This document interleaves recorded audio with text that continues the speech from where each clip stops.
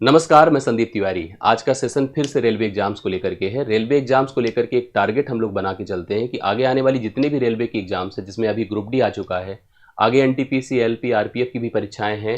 RPF का भी paper आपको आगे पार्टिसिपेट करना है, जो कि मे बी मार्च या अप्रैल में यह पेपर आपको फेस करने को मिलेगा। उस पर भी हम लोग डिटेल अपडेशंस पर बात करेंगे, डिटेल उसके अपडेट पर बात करेंगे। लेकिन अभी की ज़रूरत यह है कि हम लोग रेलवे की परीक्षा के नेचर को समझे रहें, उसके हर चैप्टर्स के उन सवालों को पढ़ते रहें, देखते रहें, जो कि इस परीक्षा से एकदम कनेक्ट करते हैं। चाहे आपका वह ग्रेड 3 का एग्जाम हो, चाहे एनटीपीसी का या एलपी का हो। और मैंने इसके लिए देखिए एक बेहतर प्लानिंग बनाई है, जिसमें हम अपनी ही किताब के उन सवालों को ले रहे हैं जो हमने अपनी किताब में डाल रखे हैं। उनकी व्याख्या भी डाल रखी है, उनके प्रश्न भी डाल रखे हैं, वो प्रैक्टिस भी है, उसके प्रीवियस ईयर सवाल भी हैं जो आपको मेरी ही किताब से मिल सकते हैं। तो आज के पूरे सेशन में मैंने अपनी ही मैथ्स की बुक के सभी सवालों को लिया है डायरेक्ट स्क्रीन शॉट के माध्यम से। और आप लगातार कहते भी थे सर मैथ्स की किताब के सॉल्यूशंस लाइए, तो सॉल्यूशंस हम ऐसे ही कुछ प्लान करके अलग अलग परीक्षा टारगेट करते हुए हम आपके सामने आपको प्रोवाइड करते रहेंगे। आइए, आज का सेशन पहला एक है जो हम अपनी किताब को लेकर डायरेक्ट इस प्रकार से सेशन ले रहे हैं। आप इसको प्रमोशन भी समझ सकते हैं, इसको अपनी ज़रूरत भी समझ सकते हैं। इसके लिए आप लोग जुड़ें, और आपको अगर कुछ इस पर फीडबैक देना हो, ऐसा कुछ लगे कि इस पर कुछ और बात की जाए या कुछ और किसी तरह से प्लान किया जाए, या अच्छा लग रहा है कि नहीं लग रहा है, आप ज़रूर हमें कमेंट करके बताइएगा। और अच्छा लगे तो वीडियो को लाइक और शेयर भी ज़रूर कीजिएगा। सवाल हम पहले उठाते हैं। किताब का लुक आपको पता है, यही किताब है सुंदर सी, आपके लिए बहुत ही इंपॉर्टेंट है। अगर आप देखेंगे, एक बार पढ़ेंगे तो इसका बेनिफिट मिलेगा। और अगर लेकर पढ़ना चाहते हैं तो इसमें कोई बुराई नहीं, नीचे डिस्क्रिप्शन में लिंक है, आप जाकर के वहाँ से डायरेक्ट ऑनलाइन मीडियम से इस किताब को परचेज कर सकते हैं, किताब को लेकर के पढ़ सकते हैं। रियली यह किताब इन सभी परीक्षाओं के लिए बहुत ही शानदार है। आरपीएफ कांस्टेबल का सवाल देखिए उठाया गया है बुक्स में, और सवाल का सलूशन मैं खुद करूंगा। इसी प्रकार से सवाल का सलूशन आपको किताब से भी मिलेगा। किताब का ही सवाल है। क्वेश्चन देखिए किस प्रकार से, जो पैटर्न वाले सवाल आपको सामने फेस करने को मिलते हैं। लिखा है रूट 169, और सीधा सीधा इसका मान दिया। अगर ना भी दिया होता तो हम जानते हैं 169 का वर्गमूल 13 ही होता है, सबको पता है। जो सोल्यूशन करना हो इसके लिए करना है। देखिए ब्रैकेट एक बना के दिया है, रूट के अंदर पॉइंट कितने जीरो लगाया है, 2। देखिए काउंट कर लीजिए, 2 2 4 1 5, 5 तो जीरो हो गए, 1 2 3 4 और 5। इसके बाद 169 है, डिवाइड बाई क्या है, 13 है। मैं आपकी जानकारी के लिए बता दूं, जैसे 169 का वर्गमूल 13 है, तो पक्का है कि नंबर एक कोड वर्ग है, 169 का वर्गमूल 13 होगी। बट जब नंबर डेसिमल लगा के हैं, मतलब डेसिमल के साथ हैं, तो जाहिर सी बात है कि हमें डेसिमल की पोजीशनिंग काउंट करनी पड़ती है।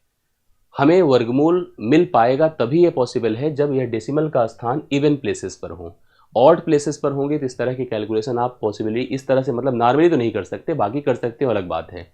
169 है, लेकिन उसके पहले 5 जीरो है, तो 3 सभी को मिला दिया जाए तो कुल 8 प्लेसेस हो गए। क्या हो गए, 8 प्लेसेस। 8 क्या होता है, इवन होता है।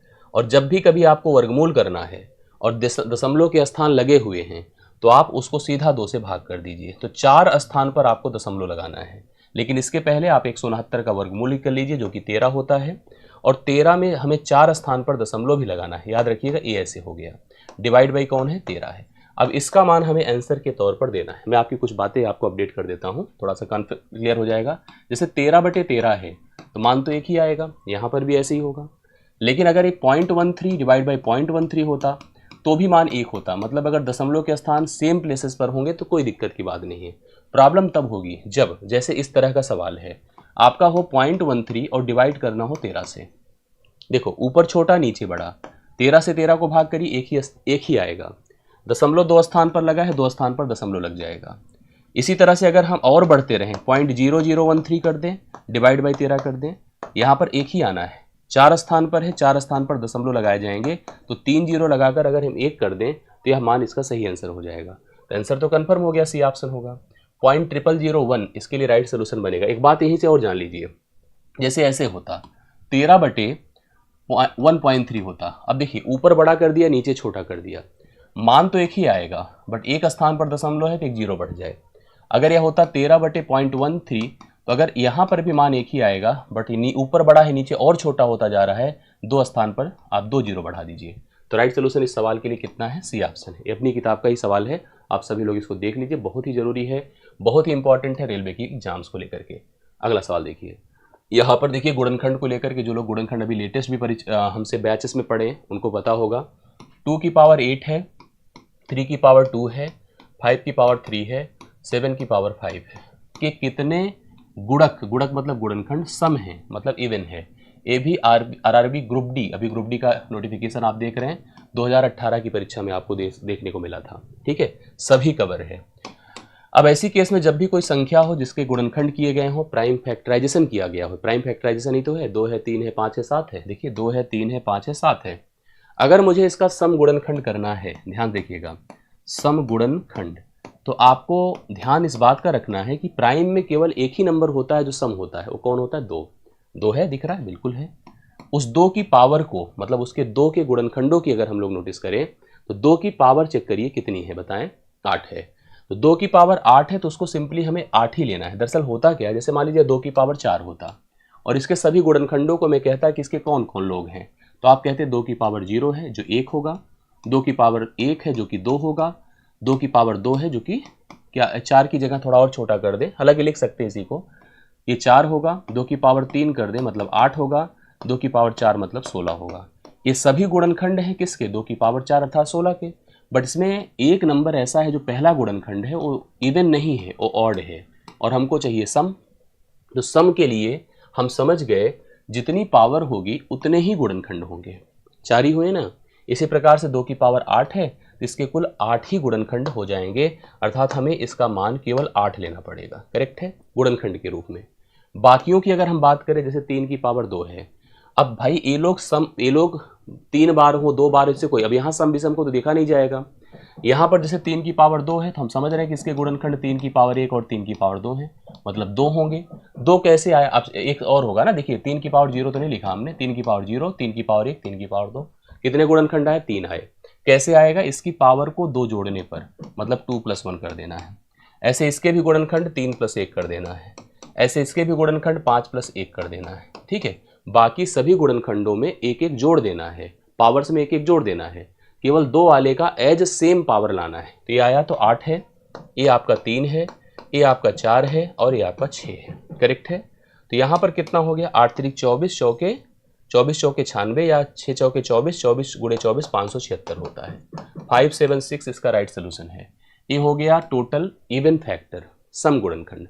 अगर विषम पूछा जाता इसको हटा देते, मतलब ये 8 हट जाता, केवल इतना ही लिया जाता, इतना। और अगर कुल गुणनखंड पूछा जाता तो याद रखिएगा टोटल फैक्टर जो होता है वो even factor plus odd factor के योग के बराबर होता है। मतलब आप सीधा 8 को भी 9 बनाते, इसको 3 बनाते, इसको 4 बनाते, इसको 6 बनाते, तो जाकर के प्रोडक्ट पर आपको टोटल फैक्टर मिलता। ये सवाल भी देखिए ग्रुप डी के एग्जाम में पूछा गया है। तो total factor, even factor, odd factor, सब तैयार रखिए। मैंने इसका एक वीडियो भी शॉर्ट्स में दिया है, आप देखे होंगे, आपको योग के बारे में दिया है, उस पर भी वीडियो हम बनाएंगे। समांतर श्रेणी के बारे में बात किया है। आरपीएफ कांस्टेबल का एग्जाम 2019 में जो हुआ था उस पर पूछा गया था। समांतर श्रेणी का औसत ज्ञात करना है, एवरेज ज्ञात करना है, जिसका पहला पद 33 है और अंतिम पद 45 है। तो सबसे पहले मैं आपको बता दूं कि समांतर श्रेणी, ध्यान समझिएगा, समान या किसी भी चीज़ का औसत क्या होता है? औसत होता है योग बटा संख्या। औसत क्या होता है? योग बटा संख्या। और मैं आपकी जानकारी के लिए बता दूं, अगर कोई श्रेणी समांतर है, कोई श्रेणी समांतर है, तो समांतर में क्या होता है? पदों का अंतर समान होता है, पदों का अंतर समान होता है। ठीक है, अंतर समान रहता है, पदों का अंतर समान रहता है। अब पदों का अंतर क्या है मुझे जानकारी नहीं है। समांतर श्रेणी का हमें औसत ज्ञात करना है। पहला पद जिसका ए है, पहला पद 33 है, करेक्ट है, और अंतिम पद 45 है, लास्ट टर्म कितना है? 45 है। जब भी किसी श्रेणी के पदों का अंतर समान हो वह समांतर श्रेणी है। तो उसके पदों का योग जो होगा वो क्या होता है मैं बता दूं, उसके पदों का योग होगा पहला पद प्लस अंतिम पद, first plus last, into n/2। ठीक है, n/2, मतलब एक प्रकार से आप लिख सकते हैं, जैसे जो आपके पास पदों की संख्या है n/2, मतलब हम फार्मूला बना दें, हम आपके लिए डायरेक्ट लिख देते हैं, Sn = n/2 a + l, correct है। मतलब पदों की संख्या डिवाइड बाई 2 इंटू पहला पद प्लस अंतिम पद, ए होता है। क्योंकि इसमें दरअसल सवाल की बात अगर किया जाए तो सवाल में कहीं भी आपको पदों का अंतर तो दिया नहीं था, और ये भी नहीं था कि कोई क्रमागत संख्या जैसे नेचुरल नंबर है, प्राकृतिक संख्या जिनके पदों का अंतर 1 होता है, या कोई सम संख्या जिनके पदों का अंतर 2 होता है, ऐसी कोई जानकारी भी हम गैदर नहीं कर सकते। अब समांतर श्रेणी है तो पता नहीं कितने पदों का अंतर होगा, डी का कोई मान ही नहीं पता है, और संख्या भी कुल कितनी हमको पता ही नहीं, कोई जानकारी नहीं है। पहला पद और अंतिम पद पता है, ये हमको पता है, पहला पद दिया है और अंतिम पद दिया है, लेकिन योग तो हम समझ ही गए ना, योग क्या होगा, a plus l into n by two, योग हो गया, और संख्या से भाग कर दें, संख्या वही होगी जो यहाँ पर है, यन है, तो यन यन से खत्म हो जाएगा। इसका मतलब ये हो जाएगा ए प्लस एल बटा दो, ए प्लस एल बटा दो, मतलब पहली संख्या प्लस अंतिम संख्या डिवाइड बाई टू। मैं इसका और एक सिस्टम आपको ओरल बता देता हूँ। तो आपके पास हो गया 33 प्लस 45 बटे 2 ना, 5 3 8 और 4 3 7 बटे 2 कर दीजिए, 2 3 6 2 9 18, 39 हो जाएगा इसका राइट सोल्यूशन।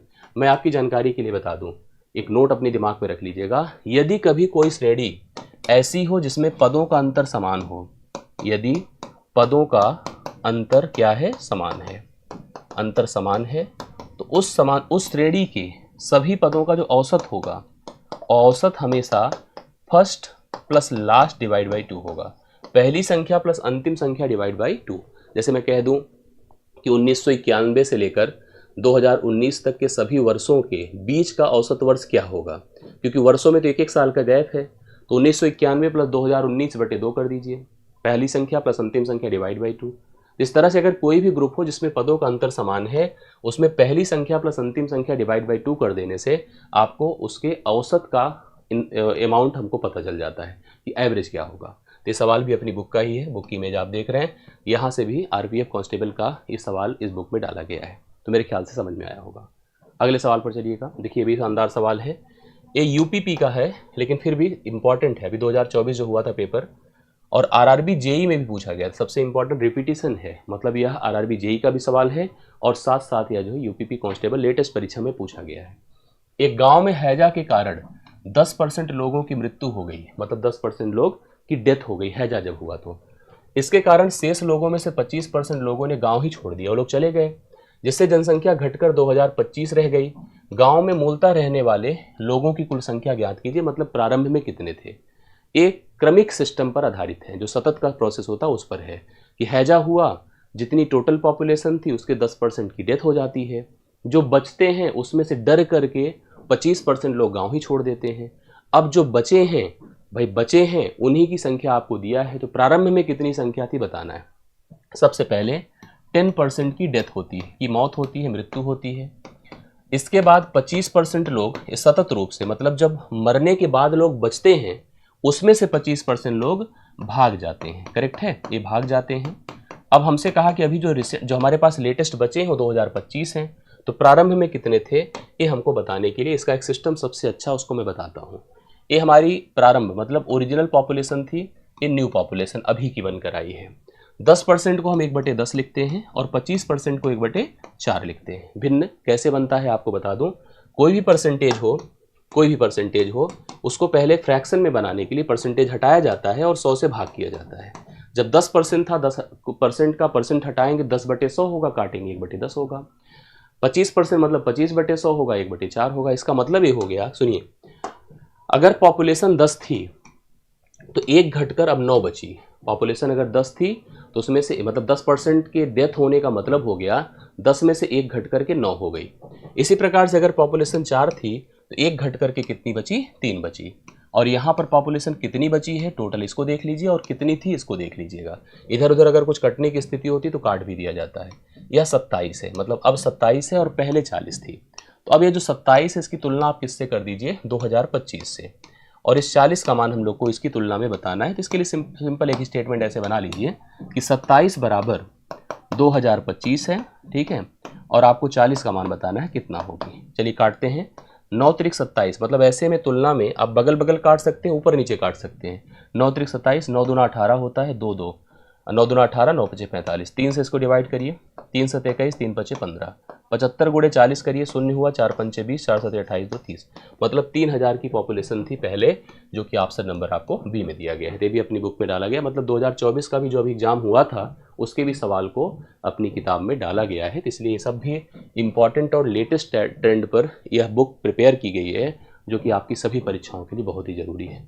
आगे बढ़ता हूँ, ठीक है। इसी तरह से एक और सवाल देख लीजिएगा, कन्फर्म हो जाए। आरआरबी एनटीपीसी 2021 अर्थात लेटेस्ट परीक्षाओं पर ही बेस सभी प्रश्नों को सेट किया गया है इसमें, जिससे कि आपकी जो भी अभी की जो टर्मिनोलॉजी चल रही है उसका सही यूज किया जा सके। ए और बी का अनुपात x अनुपात 12 है, बी और सी का 9 एंड y है, मतलब 9 अनुपात y है। ए और सी का अनुपात 5:3 है, तो एक्स वाई का मान हमको बताना है। मैं आपको इसका सिस्टम बताता हूँ। देखिए 3 डेटा है इसमें, ए है, बी है, सी है। मैं आपकी जानकारी के लिए बता दूं कि जब भी कभी इस तरह के रिलेशंस होगी, पहले का, जैसे हमारे पास 3 लोग हैं, ए है, बी है और सी है, पहले का दूसरे से रिलेशन है, पहले का दूसरे से और दूसरे का तीसरे से है, तो हम पहले का तीसरे से डेवलप कर सकते हैं। ठीक है, जैसे हमारा आपके साथ, आपका अगले के साथ, तो ऐसे में उसको ढूंढा जाता है जो बीच में हो, म्यूचुअल हो, दोनों के साथ हो। कौन है? बी है। ए का बी के साथ है, बी का, तो ऐसे में हम देखो ए लिख रहे हैं, बी लिख रहे हैं और सी लिख रहे हैं। हमने बताया आपको कि ए और बी का अनुपात x अनुपात 12 है, x अनुपात 12 है, और बी और सी का जो रेशियो है 4 अनुपात y है।